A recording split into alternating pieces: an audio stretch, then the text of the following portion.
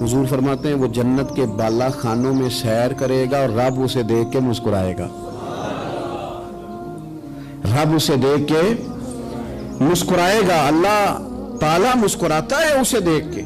اور اگلے جملے میں حضور نے وضاحت کر دی، فرمایا جب رب دنیا میں کسی پر مسکراتا ہے نا تو اس کا معنی یہ ہے کہ قیامت میں پھر اللہ اسے حساب کوئی نہیں لے گا۔ جس پر اللہ دنیا میں مسکرا دیا اس سے کوئی حساب، تو وہ کام ڈھونڈنے چاہیے نا جس سے اللہ مسکرائے۔ ویسے کبھی ہم ایسا کرتے ہیں کہ نہیں کہ کسی کو راضی کیا جائے؟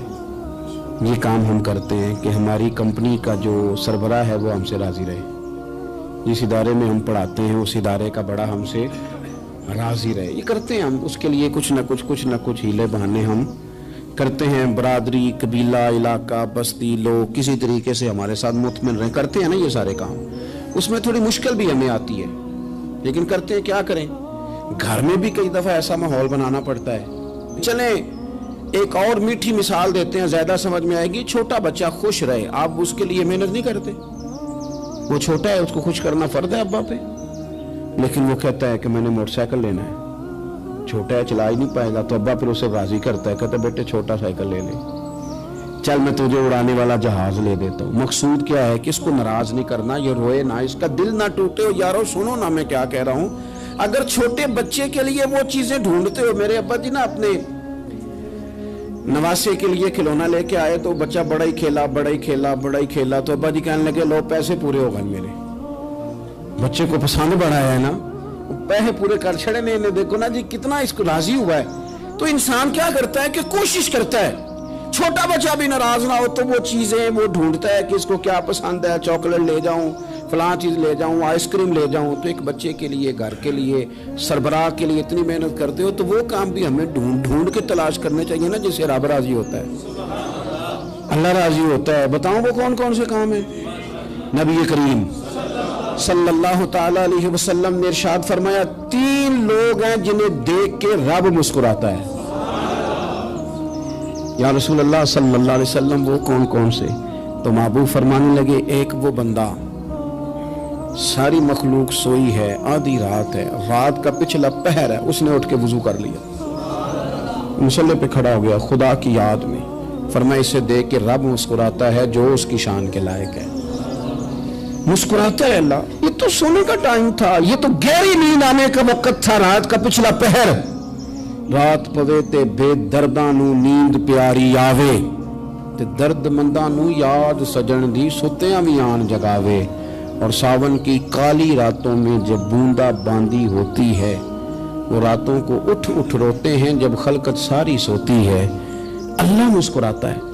اور سننا میرے بھائی، میرے نبی پاک صلی اللہ تعالی علیہ وسلم فرماتے ہیں جب مسلمان نماز کے لیے صفیں بناتے ہیں نا، ترتیب لگ رہی ہوتی ہے، اب اللہ کی بارگاہ میں کھڑے ہوں گے، قیام کریں گے، رکوع کریں گے، سجود کریں گے، فرمایا جب مومن صفیں بناتے ہیں تو رب دیکھ کے مسکراتا ہے، مسکراتا ہے۔ کمال ہو گئے عروج بندگی کا، جب بندے کو دیکھ کے رب مسکرائے۔ خدا بندے سے خود پوچھے بتا تیری رضا کیا ہے، مسکراتا ہے۔ اور میرے نبی پاک علیہ السلام فرماتے ہیں جب مجاہد جہاد کے لیے صفیں سیدھی کرتے ہیں، آج تو یہ رب کے نام پہ مرنے ہی آ گئے، یہ صفوں میں کھڑے ہوں گے، ترتیب سے لڑیں گے، ترتیب سے گلا کاٹیں گے کافروں کا یا شہادت لیں گے۔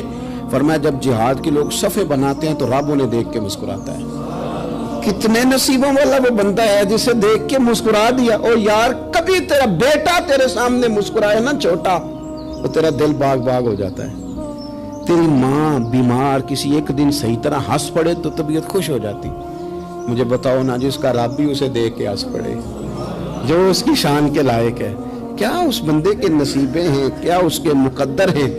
آپ اس مقام پر اپنے آپ کو لائیں۔ اب دیکھیں نا یہ حدیث آپ نے سن لی، اب ہم نے نا اس طرح صفیں نہیں بنانے جس طرح ساری دنیا، آپ ذرا صفیں بھی شوق سے بنائیں گے، آپ ذرا تھوڑا سا شوق پیدا کریں گے، بھئی یہ تو میں وہ کام کرنے لگا ہوں جسے دیکھ کے رب مسکراتا ہے۔ نبی پاک صلی اللہ علیہ وسلم نے فرمایا جب کوئی بندہ توبہ کرتا ہے نا، ہم توبہ کا رٹا لگاتے ہیں، یا اللہ میری توبہ یا اللہ۔ اور توبہ کا تو مطلب یہ ہے کہ پچھلے گناہوں سے پکی توبہ، آج کے بعد یہ غلطی نہ کرنے کا پکا وعدہ۔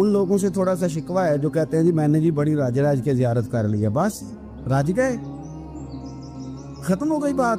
سنو، نبی پاک علیہ السلام نے 53 سال حیات ظاہرہ کے وہاں گزارے، 53 سال، لیکن جناب صدیق اکبر رضی اللہ تعالیٰ عنہ فرماتے ہیں قربان جاؤں، جس رات میرے کریم محبوب علیہ السلام ہجرت کی رات مکہ مکرمہ سے نکل رہے تھے تو حضور پلٹ پلٹ کے بیت اللہ کو دیکھتے، حضور پلٹ پلٹ کے دیکھتے تھے، اور پھر میرے محبوب کریم علیہ السلام نے پلٹ کے کعبے کی طرف دیکھ کے فرمایا بیت اللہ تو مجھے بڑا ہی پیارا ہے، تو مجھے بڑا ہی پیارا ہے، اے شہر مکہ تو مجھے بڑا ہی پیارا ہے۔ فرمایا اگر میری قوم مجھے پریشان نہ کرتی میں تجھے کبھی چھوڑ کے نہ جاتا۔ 53 سال رہنے کے باوجود بھی حضور کا بیت اللہ سے پیار، نبی پاک کی اس شہر کے ساتھ وابستگی، وہ دلچسپی، وہ ذوق، وہ شوق، وہ کیفیات، کیوں مان پڑتے جا رہے ہیں ہمارے جذبے؟ ہمارے سیاست کی باتیں روز ہونے لگی ہیں، بحثوں کی باتیں روز ہوتی، لیکن اپنا عشق مضبوط کرنے کی بات، آپ یقین کریں یہ جو عشق ہوتا ہے یہ بندے کو آزاد کر دیتا ہے، یہ بندے کو عشق آزاد کر دیتا ہے۔ اعلیٰ حضرت فرماتے ہیں اے عشق تیرے صدقے جلنے سے چھٹے سستے، جو آگ بجھا دے گی وہ آگ لگائی ہے۔ اور علامہ اقبال کہنے لگے، اقبال سمجھاتے ہیں، وہ کہتے ہیں بجھی عشق کی آگ اندھیر ہے، اب مسلمان نہیں اب خاک کا ڈھیر ہے۔ کہتے ہیں بغیر عشق کے نا کوئی کام بھی، نماز بھی بغیر عشق کے پڑھی جاتی ہے تو کوئی مزہ ہی نہیں دیتی، بندے کہتے ہیں دل ہی نہیں لگتا، پیری مریدی ہے بغیر عشق کے ایسی رسم ہی ہے، ٹھیک ہے گزارا چل رہا ہے، قرآن شریف کی تلاوت ہے تو بغیر عشق کے کیسے کیفیات چلیں گی؟ اللہ رسول کے ساتھ پیار ہے تو کوئی دلچسپی نہیں، کوئی شوق نہیں، کوئی کیفیت۔ آپ یقین کریں کچھ بندوں پہ بندے کو تڑپ آ جاتی ہے، شوق آ جاتا ہے، یار یہ اس کو کیسے نکالیں، یہ کس طرح کا پیار کرتے ہیں، آ کے بیٹھا رہتا ہے، چپ کر کے بیٹھا رہتا ہے، کہتا ہے جی کوئی کام نہیں بس 10 منٹ ملنا ہے، بندے کو اس بندے پر ویسے ہی پیار آ جاتا ہے۔ کچھ ایسے سنگی ہوتے ہیں جو آستانوں پہ 10 چکر لگا کے آتے، شکوہ نہیں کرتے کہ میں 100 دفعہ بھی آیا ہوں فلانے حضرت ملے نہیں، وہ وارفتگی ہے، وہ شوق ہے ہمارا۔ جب تک اللہ رسول کے ساتھ رشتہ عشق کا تھا، پیار کا تھا، ذوق کا تھا، درد کا تھا، خلوص کا تھا، آپ یقین کریں طبیعتیں جمی ہوئی تھی۔ نبی پاک نے نا ہمیں تکلیف میں رہ کے پیار کرنے کا درس دیا۔